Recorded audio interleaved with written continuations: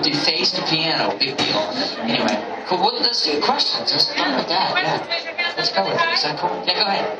Favorite George Strait song? My favorite George Strait song. He sang a song a couple of years ago on an album called A Little Left to... no, hang on, that's not it. I don't know what the song was called, but it was 4 down and 12 across was the lyrics for the chorus. I don't know what the song was called, but it was awesome. It was not a radio release, it was just a song on the album. But it was like this, it was like Love's Like a Crossword Puzzle, basically. It was the theme of the song. And it was just like a play on words. It was brilliant. And he sang it so well. He just delivered the song really well. That's my favorite song from him, I think. Yeah. Are you an Elvis fan? Am I an Elvis fan? Yes. I would impersonate him in order to say yes, but I can't. So, yes. Yes, I am. Yes, I am. Yeah. I heard you can speak fluent French. I'm only laughing because I'm terrible. I'm really terrible at it. I can't speak fluent French. Comment ça va? I don't know. I'm looking at maybe, give me some French. Yeah. This is my grandmother. Everybody say hello to my grandmother. She traveled all the way from Louisiana because she's come with us to CMA Fest back when it was fanfare. She was with me when I stood in line and waited for Rascal Flatts' signature, which I was lucky. I was right before the line cut off. But she was with me that year, so I told her, you have to come this year because it's a little bit different. A little bit different. So we've enjoyed having her. Yeah. Will you play us a song? Well, I don't even like a guitar. I called my manager on the way here. I was like, hey, am I supposed to play acapella? Oh gosh, I'm losing my voice, so I sound like this. But it's almost what it sounded like last night. But no, I was on the way here and I called my manager. I was like, hey, so did we talk about like performing? Because I was like, I have all of my guitars on the bus, and the bus is currently like 3 hours away from town. Because if I need to go get them, I needed to leave 2 hours ago. So I'll see if I can muster up the courage to sing. Yeah. What's your favorite city you've played in so far? City I've played in. That's a trick question. Where are you from? I'm from Clarksville. What's that? Clarksville. It's about 4 minutes away from here. Have we played? No, my favorite place was there. City I've played in. I don't know.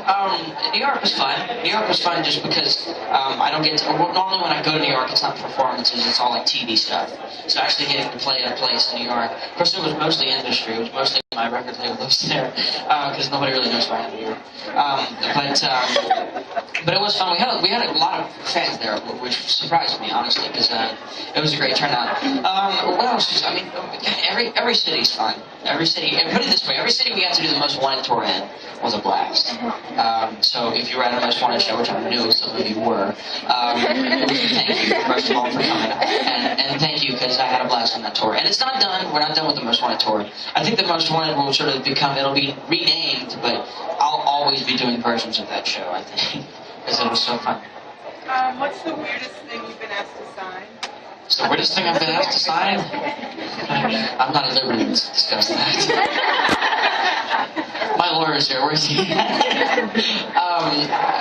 I don't know. Forehead. I got asked to sign a forehead. Actually, in New York. Yeah. It was very awkward.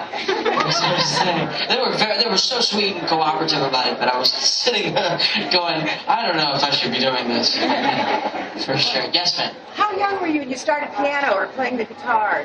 When I was, well, it depends. When I started playing the piano, that was about, so I'm 20 now. I think I started playing when I was like 10 or so. Okay. I was young. I was like 8, 7, I don't remember. Guitar, though, I remember, because for my 6th birthday party, I had just finished sort of shooting The Apostle with Robert Duvall, who told me not to name drop. But, completely kidding. But Robert Duvall actually showed up to my 6th birthday, and he gave me a guitar. A little electric guitar with a little matching amp. It was a little short, small guitar. And that's when I started playing guitar. So I know that I started playing guitar when I was 6. So that really started the whole thing, or were you always loved music? I was kind of, I got a toy accordion when I was 2 years old. So it started a little bit before that. Oh, life. Could you? For sure. Yeah. If you had to choose a lyric to describe your life right now, what would it be? If I had to choose a lyric to describe my life, uh, my own lyric or somebody else's? Oh, don't give me that option. Because everybody goes, oh my god, he used his own lyrics to describe his life. Oh, well, so I wrote this song a couple of months ago because it means a lot to me. It's kind of where I was at the moment. I sort of found myself in this weird spot, and I realized that I was trying to, I was trying to find myself in so many things, and I realized, hey, I've already found myself. You already found yours. I told myself. Is it self? Yes. You already found yourself years ago, and it's in music. And that's kind of why I love music. My family's not musical. None of my friends when I was a kid were musical. I sort of made musical friends after the fact. But I wrote this lyric, and it says, I'm going to find where I belong, and I'll find it in a song. Because I also feel like I'm not the only one who, at the end of the day, I use music as sort of therapy. I turn on a song that sort of describes what I'm going through, and I sing along, and I feel like I know the person singing because we're talking about something we've both been through. Which is why, obviously, I love country music, and that's why I love writing music.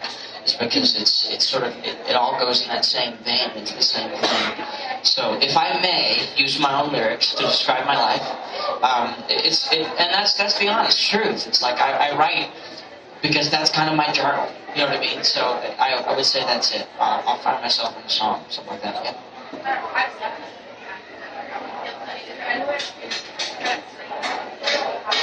Is there any way that is there anywhere that I dream of playing that I haven't played yet? Yes, every stadium in the country. I have crazy dreams. I've already designed my set. I know what it's going to look like. I'll show you later.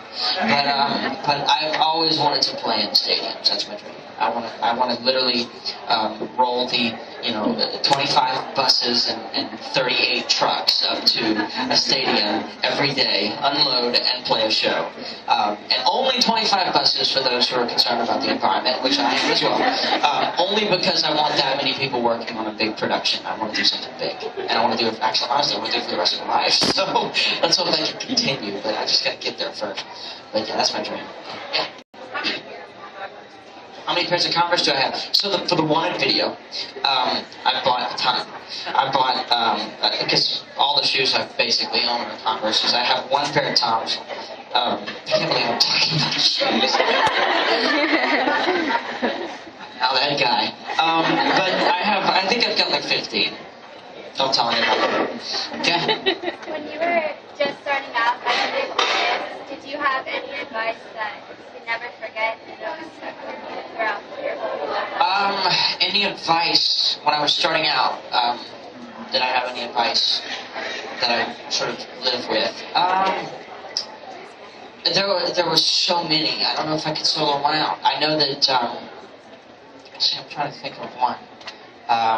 Mom and Dad help? It's Mom and Dad hiding back in the corner.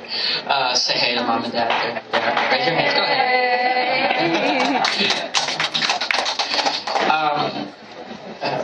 But I don't. It's so hard to solo it out because every time someone would give me advice, I'd sort of just it's sort of marked down in sort of permanent ledger, right, in my mind. I'm trying to think of something. I know that Keith was very influential. This past summer I got to meet him and hang out with him. I got to actually go on stage and play with him, as some of you know. In fact, I just met someone who was at the concert. But he was just really cool. He was really inspirational in the way of sort of the honesty approach, right? He was just really, everything that he said told me that, there's no right or wrong answer in music, there's just your answer, right? Which I thought was brilliant. Because here I was searching for the right lyrics for a song, and it's like, it's just, your lyrics are the right lyrics. The ones you write are just real. That's life. That's how it is. It's honesty, I think, is the best policy. Yeah. How do I do my hair? I take the stuff and I just pull it out, basically, and it ends up like this. I don't know. Thank you. I appreciate that. Yes. Go on, yeah, okay. So I noticed a lot of your songs on your podcast last night had a flashlight thing going like this, and it was great. process was awesome. I noticed a lot of your songs have to do like the romantic kind of genre. Do you do that based off your experiences or just like based off of what you're doing or something? Yeah, a lot of my songs are about love.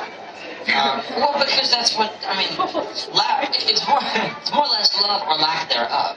Really, think about it.